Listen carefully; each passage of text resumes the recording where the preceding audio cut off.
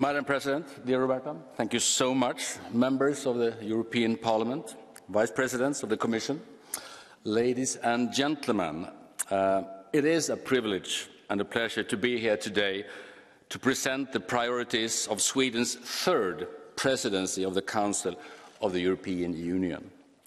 In short, our chief priorities aim to help make Europe greener, safer and freer. Greener, safer and freer. We have a lot to do together the coming 6 months. Times are, though, difficult. War is raging in Europe, a war that has led to countless of casualties, both soldiers and civilians, and to brutal atrocities, but also to an energy crisis and to an economic downturn.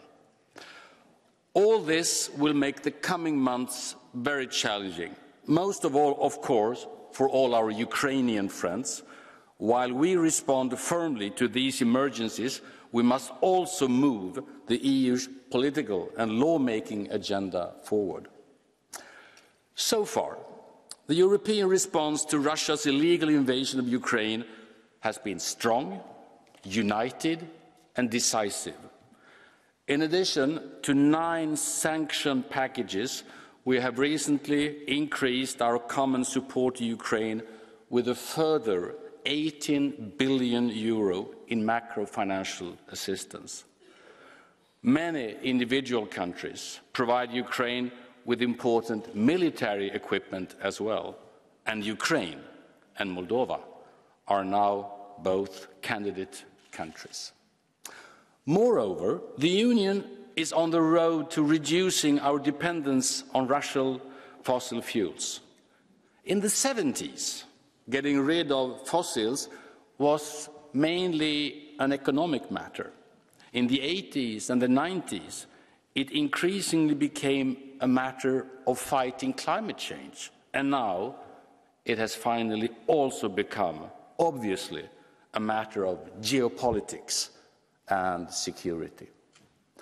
Over the last few years, we have shown that in times of crisis, the EU really can come together and exercise international influence without losing sight of our long-term agenda.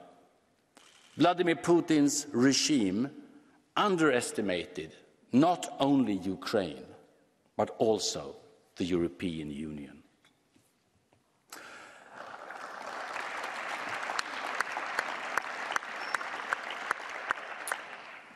As a new presidency of the Council, we aim to build on the excellent work of the French and the Czech presidencies. We intend to continue in the same spirit when we try to seek solutions in the Council and, of course, with the Parliament and the Commission. Our obvious starting point, everybody's first priority, is and has to be Ukraine. Nothing is as important. But this is not simply crisis management. This is about fighting for democracy and fighting for decency. Ukrainian victory is existential for Europe and, honestly, existential for the whole world. Personally, I woke up in Helsinki on the 24th of February last year at 4 o'clock in the morning to the news that Ukraine had been invaded by Russia. That was only a few hours after a conversation with the Finnish President Sauli Niinistö. We both, during that conversation, saw the obvious risk of war, but we also saw the risk of divisions between friends, European friends, and division transatlantically. However, when the war came, and it did, the Western democracies stayed united. Today, the transatlantic unity on Ukraine is stronger than ever. It is a horrific war which has displaced a third of Ukraine's population and destroyed half of the country's energy infrastructure. Many Ukrainians, both soldiers and civilians, have paid the ultimate price for this war. Bucha has become part of our collective European memory. But history was also made when President Zelensky refused to leave Kiev and remain in Ukraine with his government. In doing so, he has embodied the country's resistance on the battlefield, but also in the battle for hearts and minds. Ukraine has offered hope for all of us who believe that the rule of people always trumps the rule of a strong man. While Ukraine's resistance continues, we must now do what we can to make sure that Ukraine prevails and that its future lies here in the EU. Because if the hope for democracy's future is in Ukraine, Ukraine's hope lies with us. Our task is to continue supporting the Ukrainians who are not only fighting for their independence, but also for a European way of life where right is greater than might.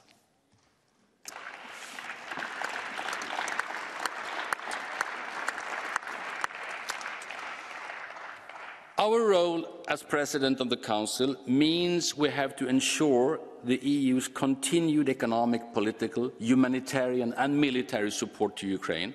For example, we will have to monitor the progress of Ukraine's reforms on its path towards EU membership. This also means that we have to start working on solutions for Ukraine's recovery and reconstruction, together with all our international partners. Reconstructing Ukraine after the war will remind us all of the Marshall Plan after World War II. And in this effort, frozen Russian assets need not only to be part of the problem, but also become a part of the solution. I foresee a very thorough analysis on the extent to which the democratic world can unite in reusing that money to repair some of the destruction.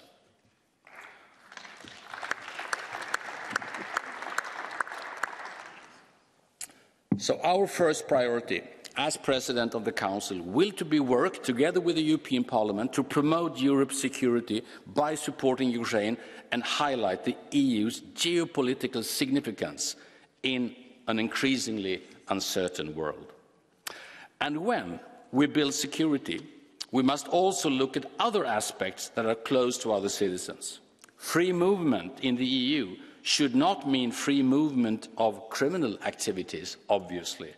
There is much room for stepping up our cooperation against organised crime. We must also continue our work towards a common and coherent migration policy, while at the same time managing the current situation with all tools already available to us. In times like these, the EU's role in providing security and stability across all these dimensions is crucial. Another area where the EU has a crucial role to play is in the green transition, a task that has only become more urgent in the light of the war in Ukraine. The plan to reduce emissions by 55% by 2030 is vital to reach CO2 neutrality by 2050 and live up to the goals set out in the Paris Agreement. In Sweden, we are proud of our own contributions to Europe's shift from fossil-dependent to fossil-free. On the recent trips to Sweden, we chose to show both the Conference of Presidents and the Commission how companies such as the battery maker Northvolt or the car manufacturer Volvo are creating new, innovative ways to reduce Europe's dependence on fossil fuels. These businesses, they want to go to work. They want to benefit from the great opportunities of the green transition, and they are asking us in politics, domestically and European, to provide frameworks for their work. And that is precisely what the EU has been doing. For example, through the decisions to prohibit the sale of new fossil fuel cars by 2035, Going forward, we must continue down this path. The Swedish Presidency intends to do its part to strengthen the EU as a frontrunner in the green transition. We will continue the important ongoing work on the institutions and make a conclusion of Fit for 55 our priority. We count on the European Parliament and we look forward to work together on this. We also look forward to beginning the work of reforming the European electricity market design, since energy from the right sources and the right price is the foundation of the green transition. Third, the green transition touches on our long-term competitiveness. If European companies are to produce the energy and make the batteries, the electric cars and the fossil-free steel of the future, they all need good conditions to compete internationally. From the very beginning, the integration of our economies lay at the heart of the European project. By removing tariffs, red tape and other barriers, we have replaced power politics with a rule-based market and turned war between our own nations into things of the past. For the past 3 decades, the single market has fostered healthy competition and built strong economies and industries across our continent. Removing barriers for goods, services, capital and people have made our companies better, our countries more prosperous, and provided consumers with higher quality and better priced products. The size and the strength of our economies is also a significant reason why the EU is such a powerful actor nowadays on the world stage. Thanks to the single market and thanks to a successful trade policy based on openness, with agreements and partnerships around the world, the EU is an economic giant. Despite this, as a union, we are not living up to our full economic potential. Our productivity is lagging behind, and fewer of the biggest firms on the planet are EU-based. Today, we are spending significantly less on research and development than the US or China, and high energy prices may drive investments away from Europe. In other words, we are struggling with several challenges related to the crisis that we are going through, while facing actions of partners and competitors around the globe, such as the US Inflation Reduction Act. The EU's response to these developments need to be analysed and discussed as a matter of priority. But we must not forget that long-term competitiveness must be built on strong companies that are able to survive and thrive in competition on an open market. In the long term, factors like weak productivity, insufficient spending on R&D and high electricity prices pose greater risks to European competitiveness than lack of subsidies to production in Europe. If we want to maintain our leading knowledge-based economies with innovative industries, we need to step up our game. Therefore, we need a long-term new strategy on EU level to boost competitiveness and productivity. The single market's 30th year anniversary is a very useful starting point for that work.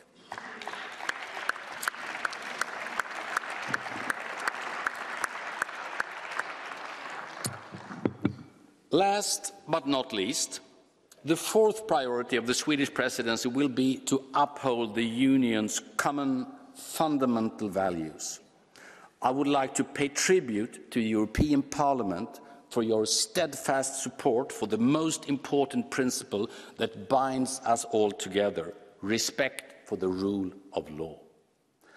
History teaches us that this is a precondition for our political, our legal and our economic cooperation. If we want citizens' rights to be protected everywhere across the Union and the single market to function properly, the rule of law has to be upheld in every country.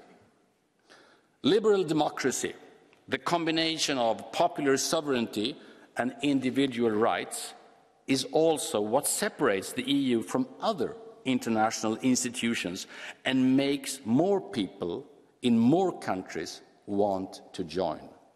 These values, not corruption and cronyism, are what Ukraine, Moldova and other candidate countries are aspiring towards. In that sense, making sure that we preserve the rule of law in the EU is also a way of enhancing our global competitiveness and our attractiveness.